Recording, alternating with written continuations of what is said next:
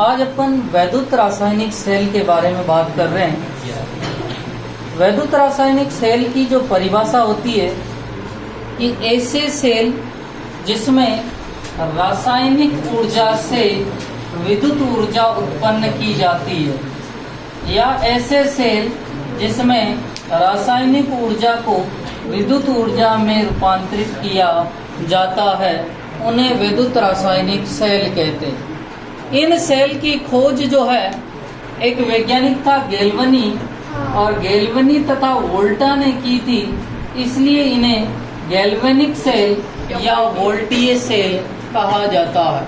और इस सेल का जो एग्जाम्पल होता है वो होता है आपका डेनियल सेल।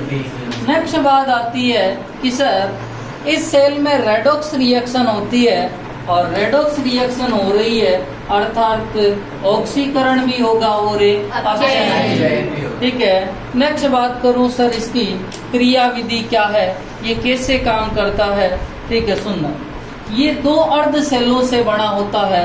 दो अर्ध सेल का मतलब एक जिंक का अर्ध सेल है और एक कॉपर का अर्ध सेल है। अपन ने यहाँ पर दो धातुएं ली हैं, एक जिंक की धातु ली है और एक कॉपर की धातु। जिस धातु ली है उसी धातु के विलयन में डुबोया हुआ है। जिंक की धातु को ZnSO4 के विलयन में डुबोया गया है, और तथा कॉपर की धातु को कॉपर सल्फेट के विलयन में डुबोया गया है। हम यहाँ पर ये देखते हैं कि धीरे धीरे जिंक की जो धातु है वो नीचे से पतली होती जाती है।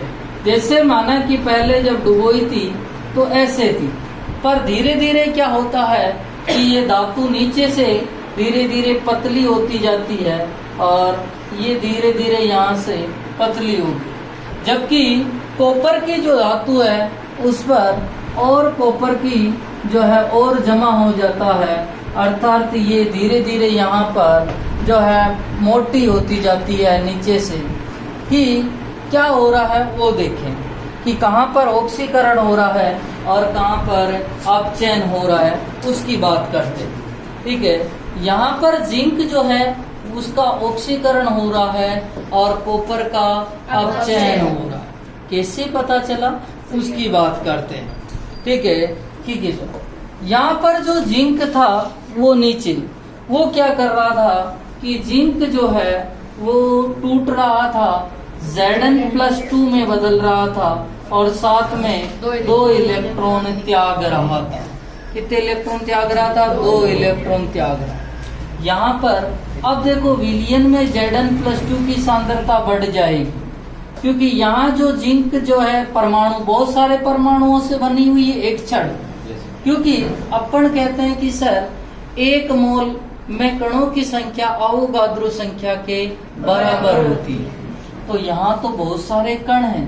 ठीक है, और बहुत सारे कण, तो एक जिंक के कण ने क्या किया, Zn+2 बनाया और साथ में 2 इलेक्ट्रॉन त्याग दिए, अर्थात ये अभिक्रिया ऑक्सीकरण अभिक्रिया है। सर कैसे पता चला कि ऑक्सीकरण होता है? उसमें जो है ऑक्सीकरण नंबर बढ़ जाता है और अपचयन में ऑक्सीकरण नंबर घट जाता है। यहाँ पर ऑक्सीजन जिंक का ऑक्सीकरण नंबर 0 था और यहाँ कितना हो गया +2। 0 से +2 गया है, मतलब संख्या में वृद्धि हुई है, वह ऑक्सीकरण। ठीक है, अब जो ये 2 इलेक्ट्रॉन है, ये 2 इलेक्ट्रॉन, ये तार है धातु का तार, इस तार के माध्यम से ये 2 इलेक्ट्रॉन यहाँ से, ठीक है, कॉपर की तरफ जा रहे हैं, और कॉपर की तरफ जाने पर ये 2 इलेक्ट्रॉन इस धातु पे आए। इसने कहा भाई तो कॉपर सल्फेट है, और कॉपर सल्फेट जो टूटता है वो किस में टूटता है? कॉपर +2 और SO4-।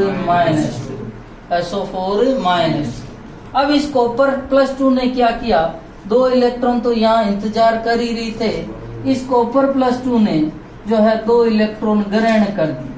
कितने इलेक्ट्रॉन ग्रहण कर दिए? 2, और ये किस में बदल गया भैया? कॉपर में बदल गया, और अर्थात यहाँ पर इसका क्या हुआ है? अपचयन हुआ।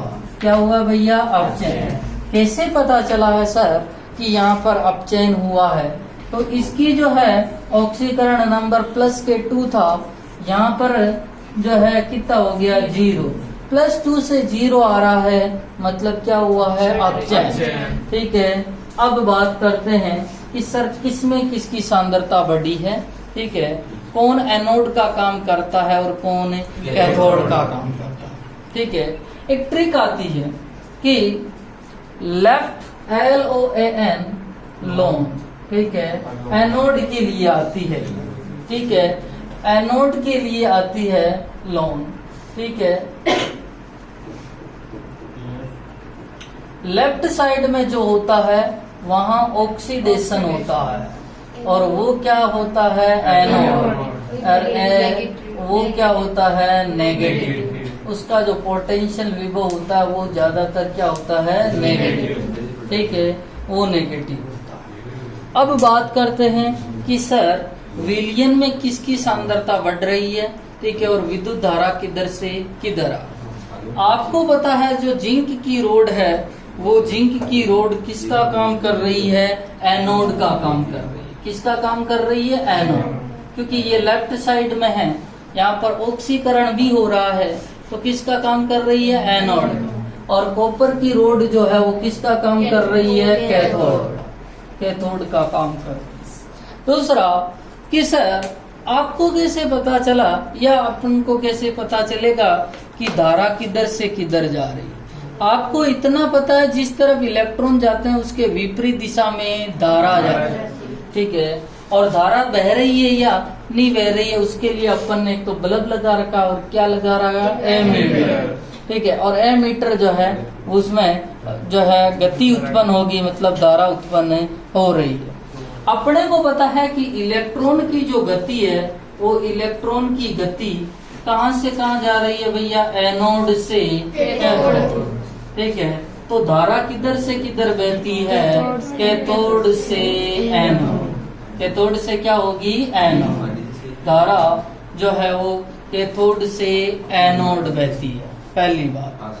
ठीक है, नेक्स्ट बात है कि सर किसकी संख्या में वृद्धि हुई है और किस। पहले मैं रेडॉक्स रिएक्शन बढ़ता हूँ। कॉपर +2 ने कितने इलेक्ट्रॉन ग्रहण किए भैया, 2, तो क्या बन गया कॉपर, और ये क्या हुआ है भैया अपचयन। आपको पता है रेडॉक्स अभिक्रिया जो होती है,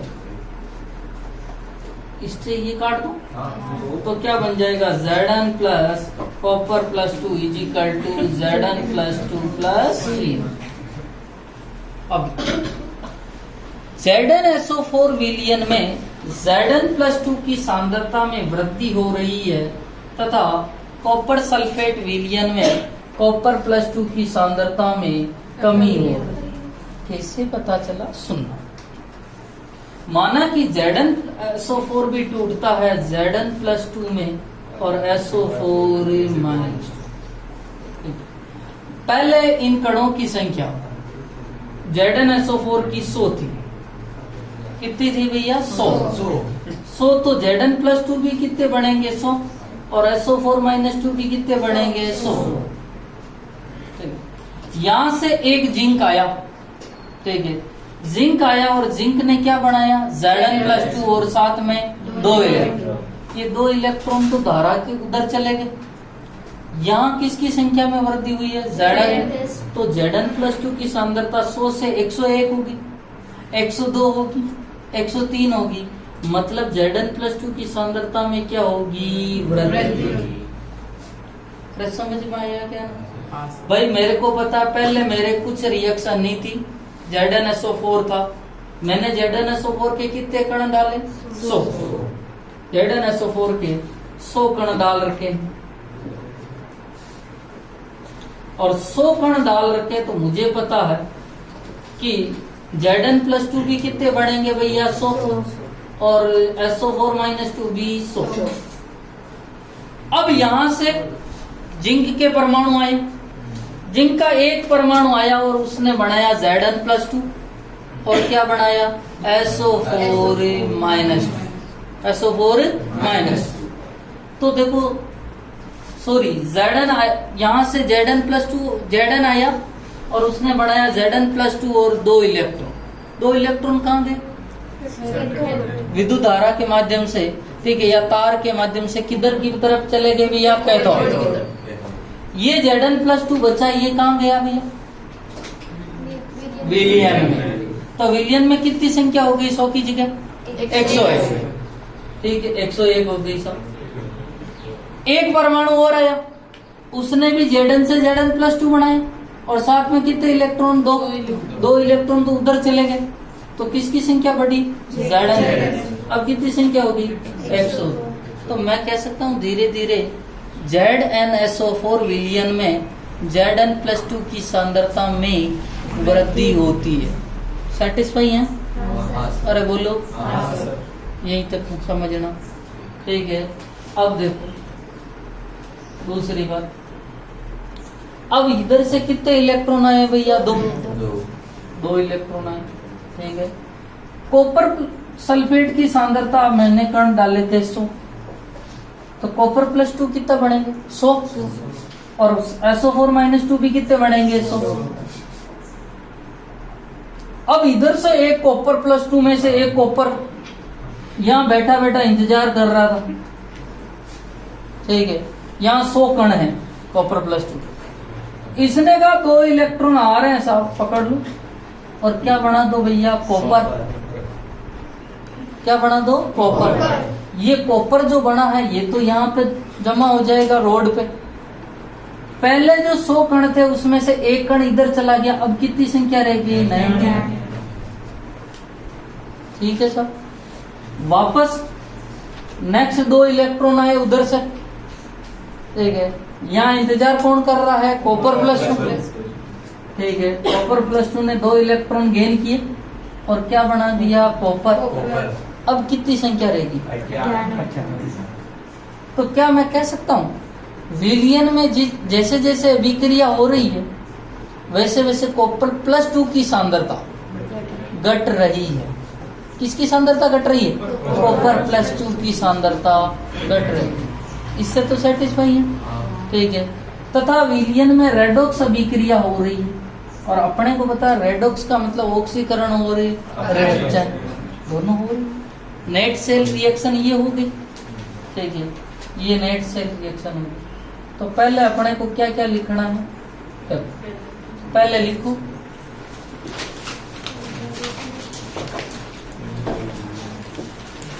लिखना परिभाषा विद्युत रासायनिक सेल में लिखना, वे उपकरण या सेल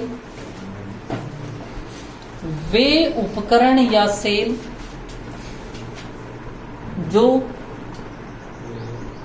उपकरण या सेल जो रासायनिक ऊर्जा विद्युत रासायनिक है ना, तो रासायनिक ऊर्जा को विद्युत ऊर्जा में रूपांतरित कर देते हैं।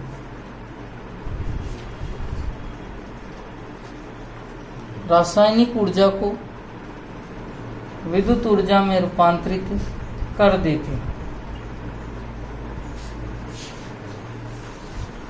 विद्युत ऊर्जा में रूपांतरित कर देते। क्या करा है भैया इसने रासायनिक ऊर्जा को, अपन ने क्या भरे थे, रसायन। ठीक है, और क्या बढ़ने लगी, विद्युत धारा। ठीक है, तो रासायनिक को किस में बदल दिया, विद्युत ऊर्जा। यही तो भरे। लिखो नेक्स्ट, इसकी खोज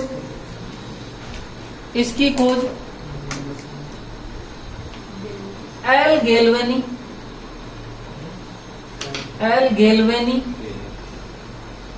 तथा N.A. वोल्टा ने की थी। इसलिए इसका नाम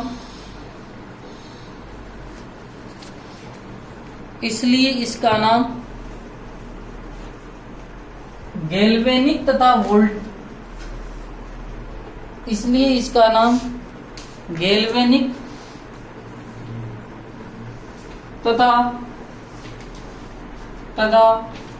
वोल्टीय सेल कहते हैं, या वोल्टीय सेल नाम पड़ा।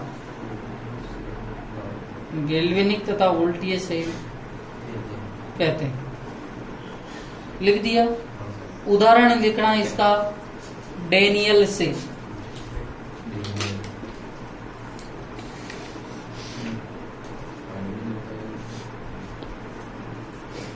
लिख दिया, ठीक है। अब ये डायग्राम बना लो। अरे भाई समझ में तो आ गया ना। बीच में ये क्या है भैया, लवण से, ठीक है, जो दोनों तरफ सांद्रता बराबर रखने का काम करे, ठीक है। ये इसमें रुई से अगर अगर भरा हुआ है और अंदर जो है KCl का विलयन है। लिखो, बनाओ जल्दी से, चित्र बनाओ, फिर मैं लिखवा रहा हूँ इसके बारे में।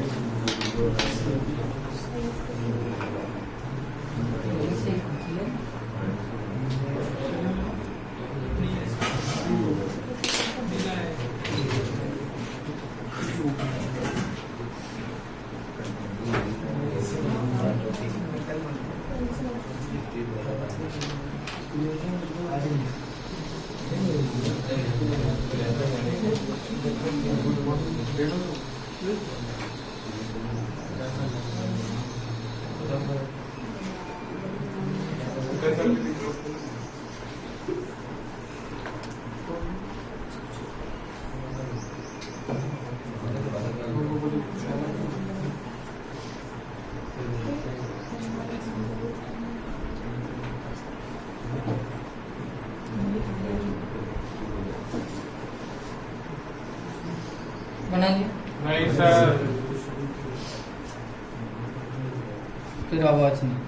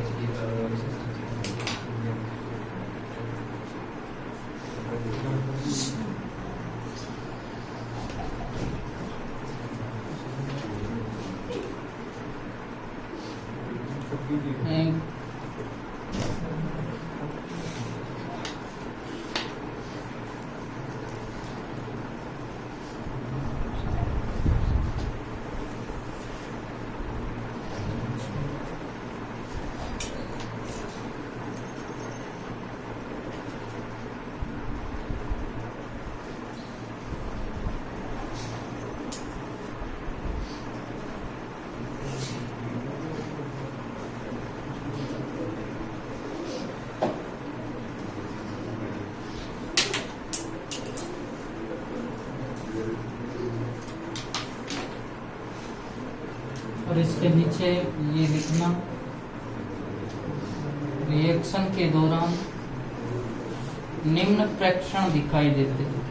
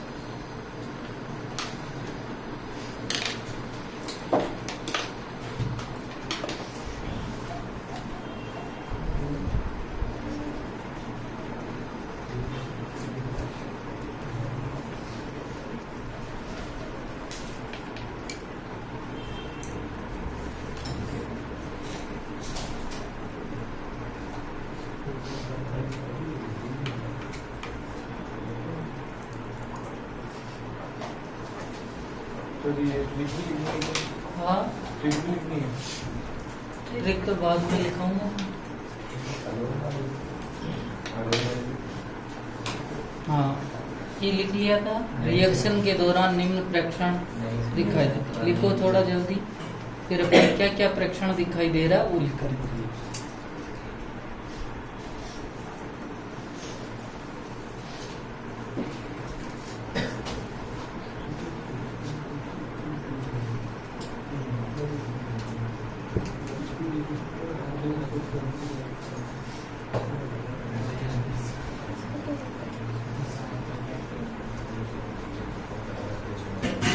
देखो इधर बाद में बना लेना, पहले प्रेक्षण लिख ले ये जल्दी से। ये लिख, रिएक्शन के दौरान निम्न प्रेक्षण दिखाई देते। रिएक्शन के दौरान निम्न प्रेक्षण, देखो इधर कौन कौन से प्रेक्षण दिखाई दे रहे हैं। मेरे को 6 प्रेक्षण है, सुनना। जिंक की छड़ का भार धीरे धीरे घटता है, अर्थात जिंक विलयन, जिंक की छड़ विलयन में धीरे धीरे पतली होती जाती है। पहला ZnSO4 विलयन में Zn+2 की सांद्रता बढ़ती जाती है। 2 प्रेक्षण हो गए। तीसरा, कॉपर की छड़ पर नीचे की ओर और अधिक कॉपर निक्षेपित होता जाता है, अर्थात जमा होता जाता है, जिससे कॉपर की छड़ नीचे से मोटी होती जाती है, अर्थात कॉपर की छड़ का भार बढ़ता। कॉपर सल्फेट विलयन में कॉपर+2 की सांद्रता धीरे धीरे घटती जाती है। सही है। 4 प्रेक्षण हो गए। 5वां, बाह्य परिपथ में इलेक्ट्रॉन का प्रवाह जिंक की छड़ से कॉपर की छड़, अर्थात एनोड से कैथोड, जबकि विद्युत धारा का प्रवाह कैथोड से एनोड की तरफ। तो पहला पॉइंट लिखो। पहला पॉइंट लिखना, जिंक की छड़ का भार, जिंक की छड़ का भार, छड़ का भार धीरे धीरे धीरे धीरे कम हो जाता है, कम हो जाता है, अर्थात नीचे से पतली हो जाती है, नीचे से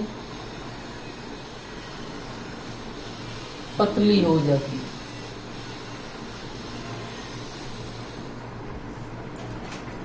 दूसरा पॉइंट लिखना, ZnSO4 विलयन में, ZnSO4 विलयन में Zn+2 की सांद्रता बढ़ती है।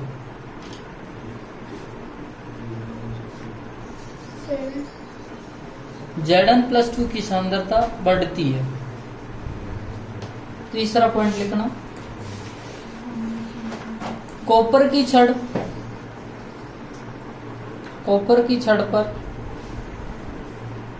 और कॉपर जमा होने से, और कॉपर जमा होने से वह मोटी होती जाती है।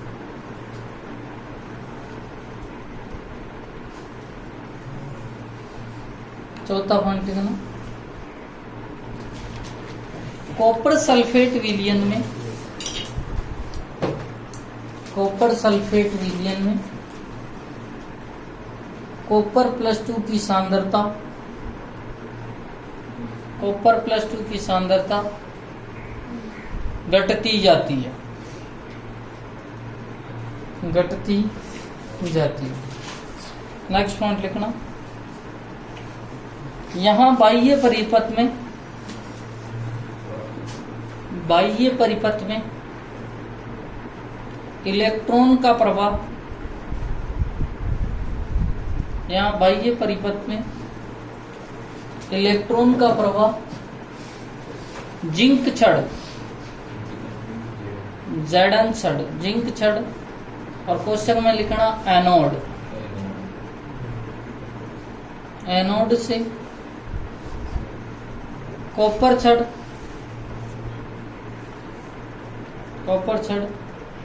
कैथोड की तरफ होता है, कैथोड की तरफ होता है, जबकि विद्युत धारा का प्रवाह कैथोड की तरफ होता है, जबकि विद्युत धारा का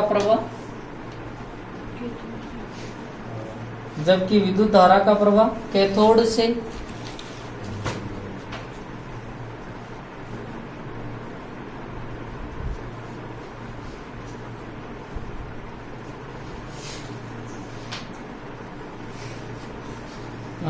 विद्युत धारा का प्रवाह कैथोड से एनोड की तरफ होता है।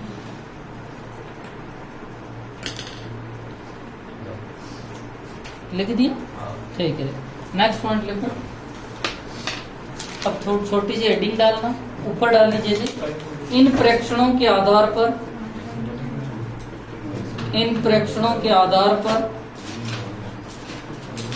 हम निम्न व्याख्या करते हैं।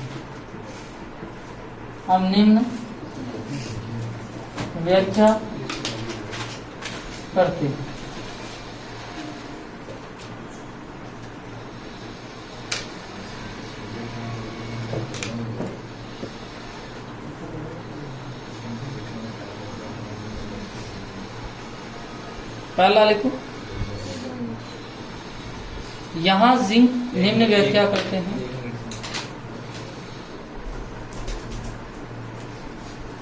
पहला लिखना, यहां जिंक का ऑक्सीकरण होता है।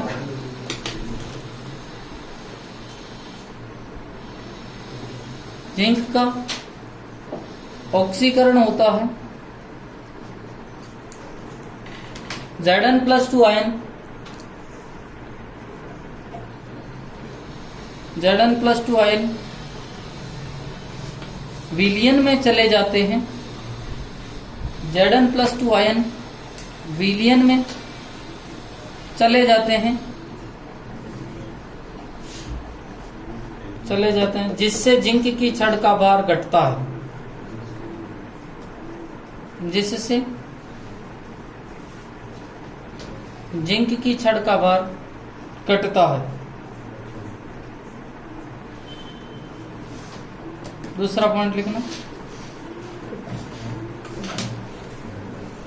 हाँ लिखो, जब जिंक इलेक्ट्रोड से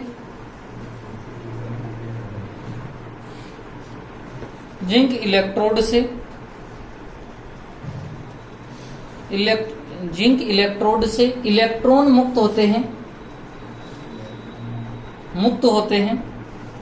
तो यह कॉपर इलेक्ट्रोड की तरफ जाते हैं।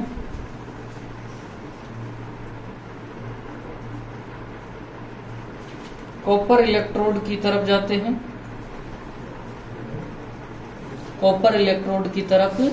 हैं। अब देखो एक मिनट, जिंक से इलेक्ट्रॉन मुक्त हुए और कहाँ चले गए भैया? कॉपर। यहाँ कॉपर+2 कहाँ बैठा हुआ है? विलयन में। ठीक है, वो क्या करेगा? 2 इलेक्ट्रॉन को ग्रहण कर लेकर क्या बन जाएगा? कॉपर। और कॉपर बनते ही यहाँ निक्षेपित हो जाए। ठीक है, तरफ जाते हैं तो यहाँ कॉपर सल्फेट विलयन के, तो कॉपर सल्फेट CuSO4 विलयन के Cu+2 आयन इन इलेक्ट्रॉन को ग्रहण कर लेते हैं।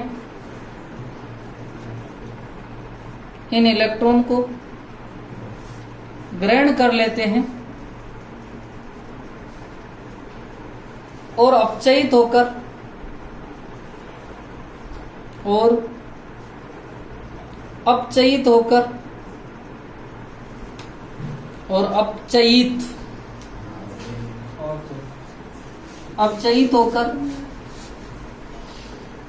लिख दिया। अपचयित होकर कॉपर छड़ पर जमा हो जाते हैं। जमा हो जाते हैं, जिससे कॉपर की छड़ का भार बढ़ता है, जिससे कॉपर की छड़ का भार बढ़ता है। लिख लिए, यहां तक बात हो गई अपने कि अब देखो, अब अपन वो रिएक्शन लिख देते हैं। अपने एनोड कौन है भैया? जिंक की छड़, क्योंकि एनोड वो होता है जिसपे क्या होता है? ऑक्सीकरण, और ऑक्सीकरण किसका हो रहा है? जिंक का। तो क्या बना? Zn+2, ठीक है, sorry Zn gives Zn+2 plus 2 electron. यहाँ क्या हो रहा है भैया? ऑक्सीकरण। कैथोड पे क्या हो रहा है भैया? Cu+2 प्लस 2 इलेक्ट्रॉन क्या बना लेगा? Cu। और यह क्या हो रहा है? अपचय। आपको नेट सेल रिएक्शन लिखने की क्या तो लिख लोगे क्या? ठीक है, लिखो रिएक्शन। 2 से 2 कट गए, Zn+Cu+2 गिव्स Zn+2 और Cu। लिखो, ठीक है। ये रिएक्शन लिखने के बाद में ये भी लिख लेना, नॉन वाली ट्रिक। अब देखो, जो राइट पे रहेगा वहां अपचयन होगा, वो कैथोड होगा, और वो क्या होगा? पॉजिटिव।